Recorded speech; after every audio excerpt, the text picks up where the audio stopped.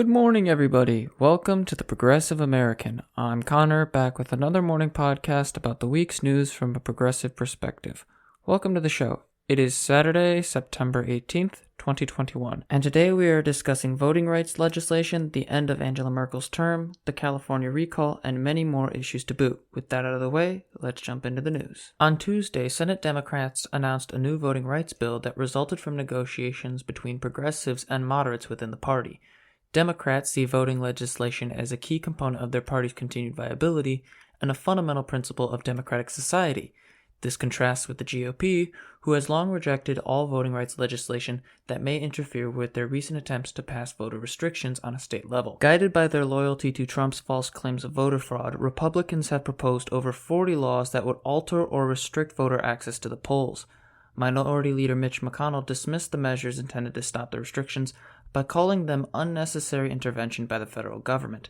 However, the effort may prove successful, as Senator Joe Manchin, the only Democrat to oppose the For the People's Act, is one of its key writers, though Manchin still wants to get Republicans on board, which is unlikely.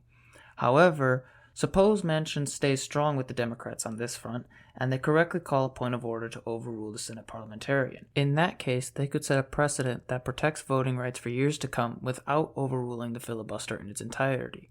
And there's a lot to unpack here, but I want to make a few points.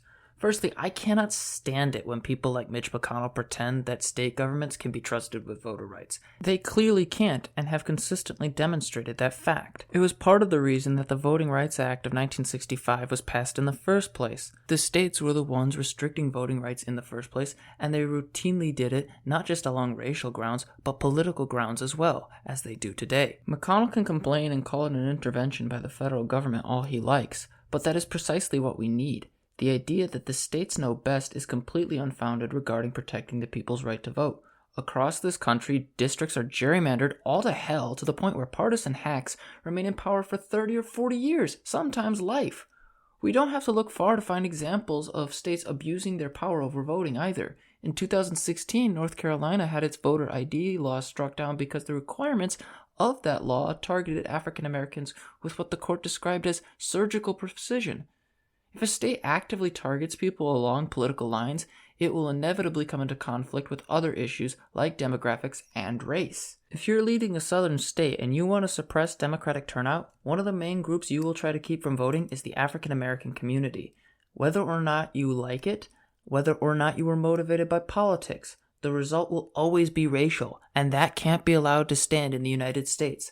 But more than that, it seems to me that it would be contrary to the principles of a democratic society to try and clamp down on voter protections a year after one of the most active elections in recent American history. America, generally speaking, has very low voter turnout compared to other countries. The fact that some on the right see this with suspicion tells a lot about their views regarding the people's ability to make decisions for themselves. Democrats need to hold nothing back. If they can get this act through and prevent extensive voter suppression, they will have earned their place as protectors of a democratic society. But if they fail, they will have squandered an opportunity that they will almost certainly never get back. It is entirely on them to push this and fight to the bitter end. In international news, we turn to Germany. After more than a decade, the Chancellor of Germany, Angela Merkel, is stepping down and is not running for re-election this month. As it stands right now, Merkel is one of the longest-serving chancellors in German history. While many, such as former President Barack Obama, applaud her consensus-based leadership, others have criticized her for sometimes not taking the lead when she should have. For example, relations with China and Russia have proven to be points of contention for her. Climate has also been a point of serious criticism. Despite supporting climate initiatives in theory, she has left Germany as one of the largest coal producers in the world. Through her humanitarian efforts, Merkel also oversaw a wave of immigration into Germany, all while fighting off a rising tide of far-right extremism within her country that still plagues it.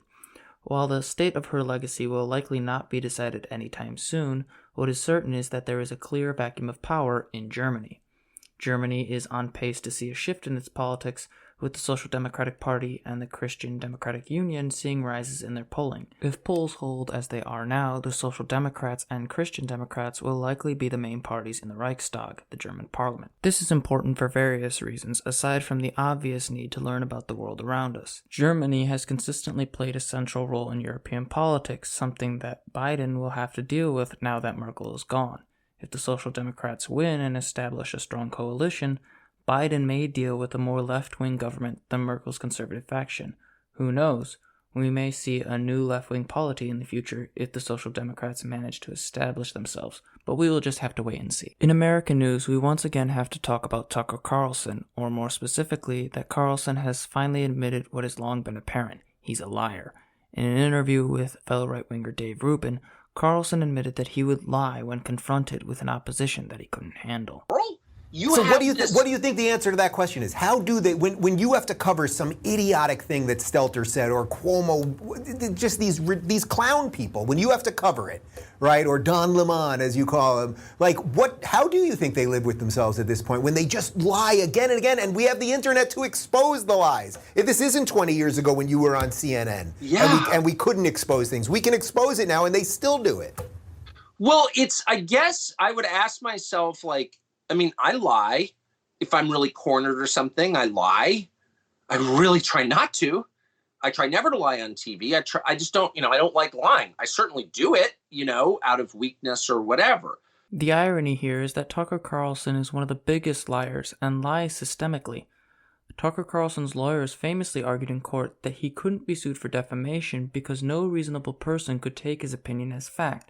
The argument allowed Carlson to escape the consequences of his rhetoric in turn. Carlson pretends to be one with the working class, but as leaked clips of him show, he is just as much part of the billionaire class that he claims to hate. How do you pay your bills? Well, I'm extraordinarily loaded just from money I, inherited. You're a trust fund baby, are you not? No, completely. I've never needed to work. It's all just the whole cable news thing. It was like a phase I was going through. I say this not to just take a shot at Tucker Carlson, as fun as that is. The real reason I bring this up is that Carlson is a massive commentator who routinely attempts to appeal to the disadvantaged and convince them that he's their friend when he's completely disconnected from their experiences. What's more, he is fundamentally opposed to their interests. When someone's first defense in court is that they're full of it, you should believe them and not give them a second chance to defend themselves later. Once you admit you lie, it doesn't matter how often you do it or why. All that matters is that you did it in the first place, and there's no reason to believe any other excuses you provide from that point forward. And that's the problem with Tucker Carlson. He's fundamentally full of it. He has no spirit. There's nothing behind what he believes. He is a vapid commentator with no bone of honesty in his body.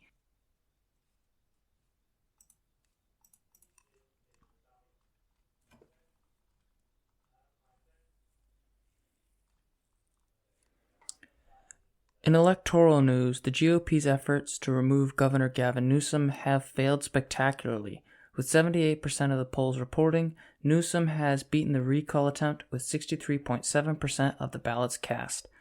With nearly $500 million spent on the recall effort, the vote to recall Gavin Newsom has ended with a clear and decisive victory for the Democrats and the governor.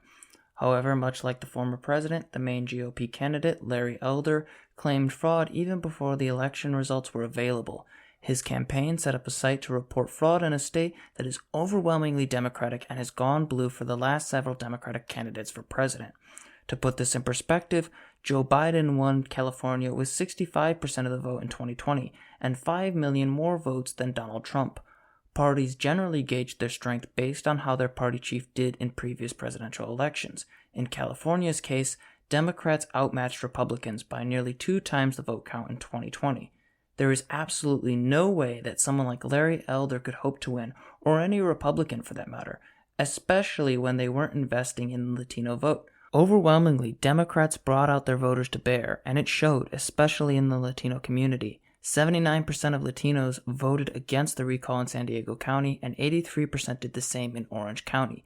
Democrats got their people out to vote throughout the recall effort, even when they outnumbered Republicans, and Republicans just didn't do that. So if you hear some talk about voter fraud or any other such accusations, Just know that this is nothing more than Republicans complaining because they picked a fight they couldn't win and wasted money on it that they can't get back. Unlike Democrats in Texas, California Republicans are not putting in the work and are paying for it. Plain and simple. In foreign policy news, President Joe Biden announced that the United States would assist Australia in developing their own nuclear-powered submarines.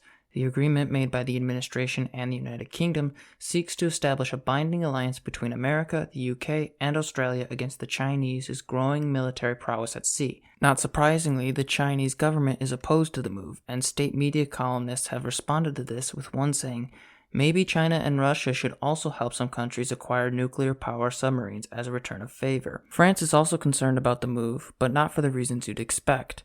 The French are concerned as they were not included in the deal, with their Minister of European and Foreign Affairs calling it, quote, "a knife in the back." Still, this means that there is a new foreign policy being established in the East, and it is possible that this could become part of a long-term strategy of military aid and containment. While I am not a fan of the Chinese government, I do worry about how this may exacerbate tensions with the growing country. The Biden administration should avoid unnecessary conflict with China and do everything in its power to ensure peace.